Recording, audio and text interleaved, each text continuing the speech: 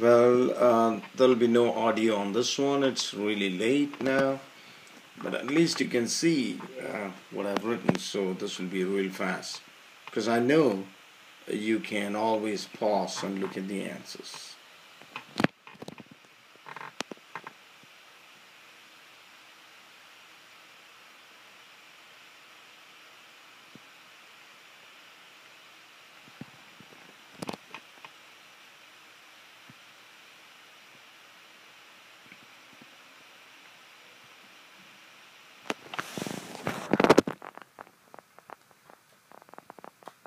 Now, the net charge of an atom is definitely zero, okay?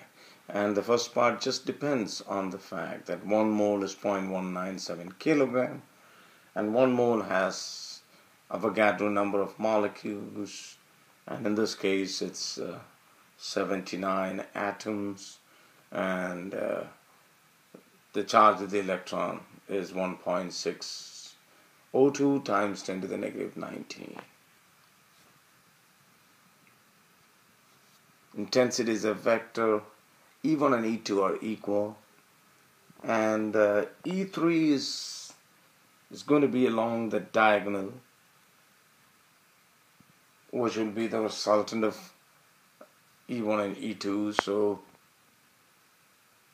find E3, find E1 and E2.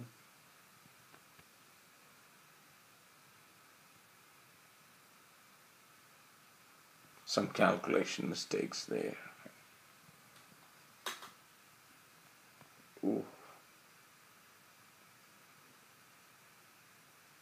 Finally.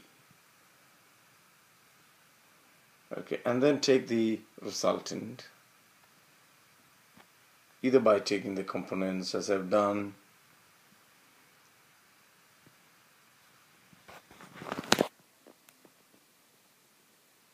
or maybe taking the resultant of E1 and E2 first and then adding it to E3 like I explained in class. And then you can find the angle by using tan inverse EY by EX.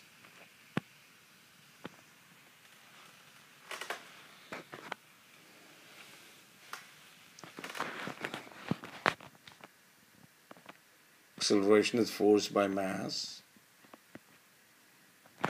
Once you get that, you can find the final velocity using this equation.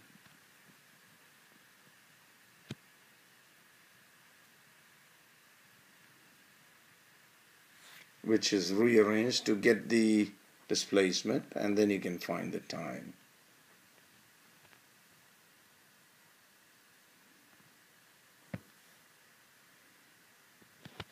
And since you're asked to find the time for it to return, it's going to be twice this time.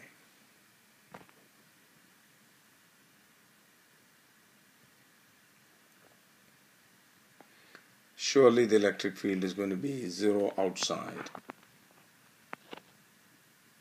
And if it is to be zero, the two forces must be equal and opposite.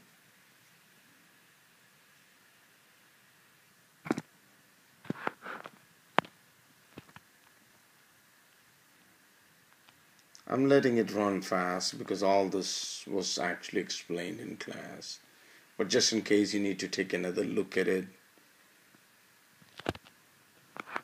you can always pause and look at it.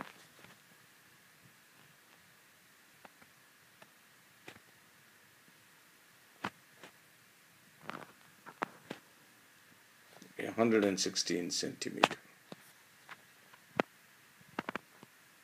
Dipole moment is the product of charge and the length, which is the distance between the dipoles.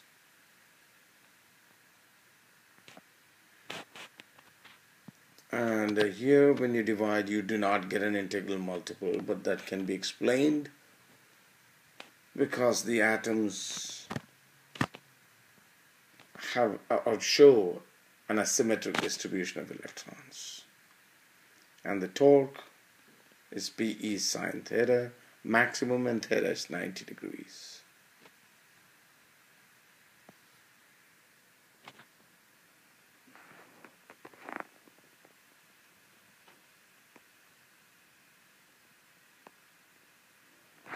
flux is given by EA cos theta.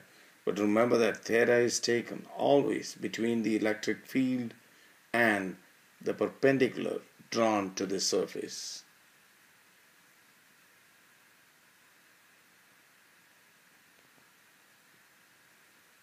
Well, if it is parallel, then of course theta is 90 degrees, and then there is no flux passing through it. Gauss law: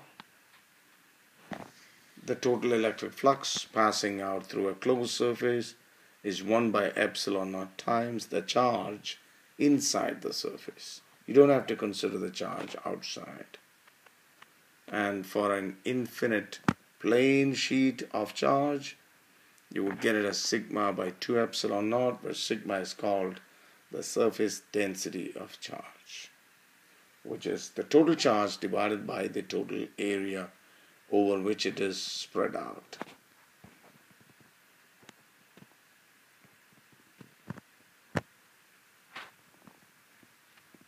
Well, that was just trying to derive E is equal to sigma by 2 epsilon naught.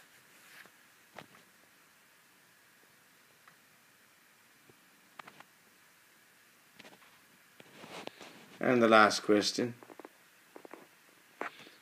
if the point is very close to an infinite sheet, then you use sigma by 2 epsilon naught.